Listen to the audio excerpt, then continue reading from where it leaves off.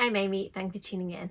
This is my November wrap-up video, and November is always one of my favourite months of the year. For a start, it's Yalk, and also it's the month of my birthday, so I'm really excited about my reading this month. I'm so excited to go to Yalk. It's always such a highlight of my year. As a reader, I've been to every single one, and I've been lucky since I've been an author to go every year as well.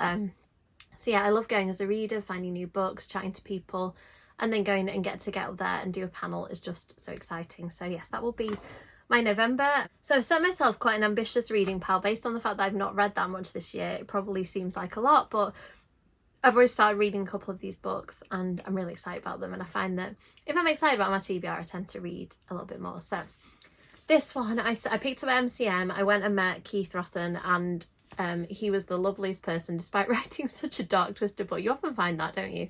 I started reading it straight away and I was immediately gripped. This book is just incredible. It's a 1970s vampire book, and it grounds you so much in the kind of currency of the Vietnam War and how young men are being sent away to fight, which the main character has recently returned from.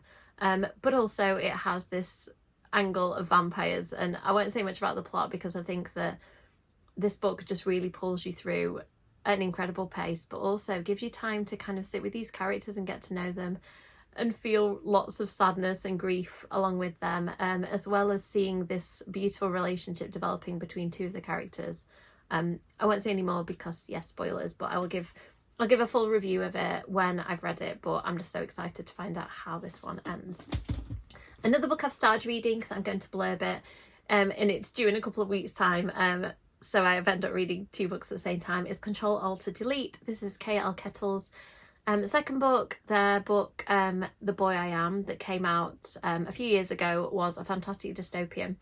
And this one is also a really interesting, so from what I've read so far, a really interesting take on how technology could look in the future, and if it's correct, it's terrifying because people end up living their whole lives through the filter of technology. And it's kind of looking at that and looking at power balance. It is a main character who's lost a lot and is trying to carve her way in the world and trying to kind of get a sense of family again. I'm trying not to spoil the plot. I'm nearly halfway through this one. I'm really enjoying it.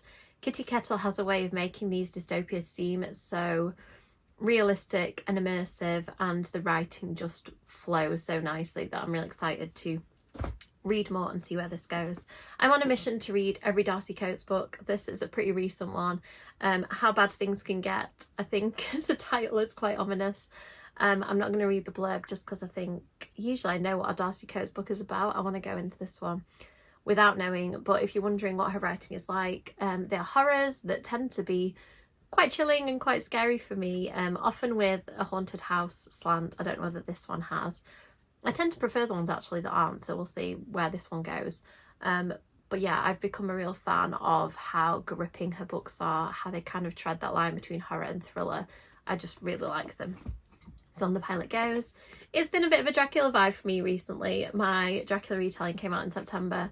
I've been reading a couple of other Dracula retellings, and then this one is a middle grade, not retelling of Dracula, because it says that vampires are prowling the streets and the only way to make the city safe again is by culling the undead with a stake through the heart. But vampire slayers are in dangerously short supply. Then three girls, Mina, Buffy and Bella, can we just pause for those names, discover a mind-blowing secret. Could they alone have the powers to cure, not cull, vampires? How good does that sound?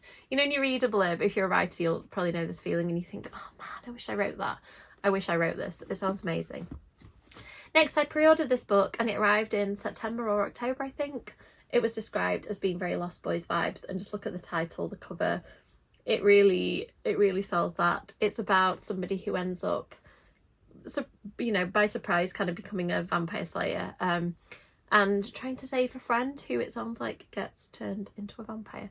I'm excited. It sounds really cool. I think I saw the author talking about it and just went, yeah, cover and title and vampires. I need to know no more.